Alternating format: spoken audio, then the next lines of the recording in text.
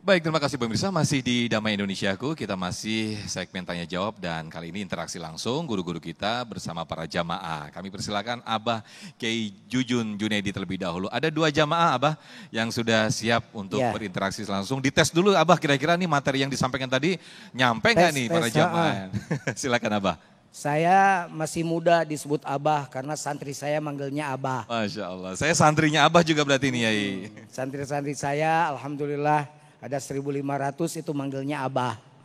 Ya gitu ya, doain biar pesantren Al Johari di Garut maju, amin. Pak Solihin, mana Pak Solihin? Oh Pak Solihin, maaf Pak Solihin. Sudah haji Pak Solihin? Belum. Belum? Belum Bapak. Sudah umroh? Insya Allah sudah. Nah, sekarang pertanyaannya yang tadi kata Om siapa? Sofian. Pelupa udah tua, memang disebut Abah tuh jadi doa kayaknya. Ya Allah, maaf. Ampun ya, maaf. Kayak kata Ustaz Sofian, apa yang saya sampaikan masuk enggak gitu. Insya Allah masuk. Nah, sekarang kalau sudah masuk, ngerti enggak? Insya Allah. Ya kalau udah ngerti udah berarti. Ya kan udah ngerti gitu ya. Udah ngerti berarti.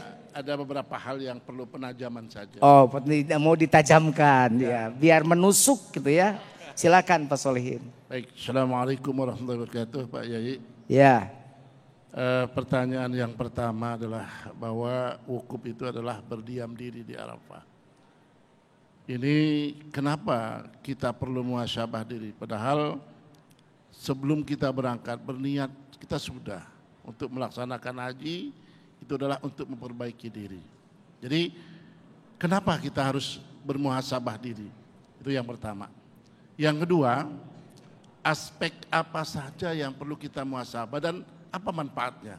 Jadi yang kedua adalah aspek apa saja yang perlu kita muhasabah diri dan apa manfaatnya? Itu saja. Baik. Kenapa harus muhasabah diri? Karena disuruh hasibu anfusakum qabla an tuhasabu. Hitung diri kamu sebelum orang lain menghitung nanti, sebelum Allah menghitung nanti. Jadi sesungguhnya muhasabah itu adalah kita mempertajam introspeksi diri kita, langsung menilai diri kita, karena kita sendiri dengan nurani kita bisa menilai apakah diri kita ini sudah benar atau belum. Begitu, nurani kita sebenarnya kan tahu. Kan kullu mauludi yuladu alal fitrah. Kita punya fitrah. Tahu bahwa ini salah, tahu ini benar, tapi sesungguhnya al-imanu yazidu wa yanqusu. Datang setan, maka ke kiri. Kuat malaikat, maka ke kanan. Dan itu tidak terjadi, bisa terjadi pada siapa saja. Makanya jadi orang kalau sudah muhasabah tidak akan jadi orang yang merasa benar sendiri. Fala tuzakku anfusakum wa huwa alamu bimani taqwa. Jangan merasa diri paling suci. Sesungguhnya yang tahu ketakwaan hanya Allah Subhanahu wa taala. Kalau sudah tahu begitu, kita akan sibuk menghitung dosa kita, menghitung kekurangan kita dibanding menghitung kesalahan orang lain. Semut yang di seberang lautan jelas kelihatan, tapi gajah di pelupuk tidak kelihatan, keterlaluan. Wey, Roma Irama fans semua ini. Nah gitu ya Pak Solihin. Kemudian aspek apa saja yang harus kita muhasabah? Semua aspek.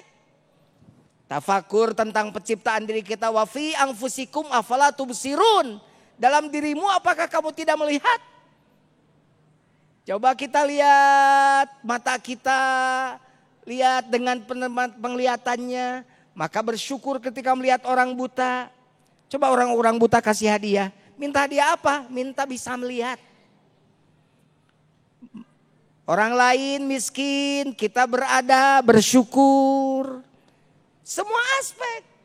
Dari penciptaan diri kita, dari kenikmatan yang Allah berikan pada kita, dari kekufuran kita pada nikmat itu, maka kemudian kita akan mampu bermuhasabah diri.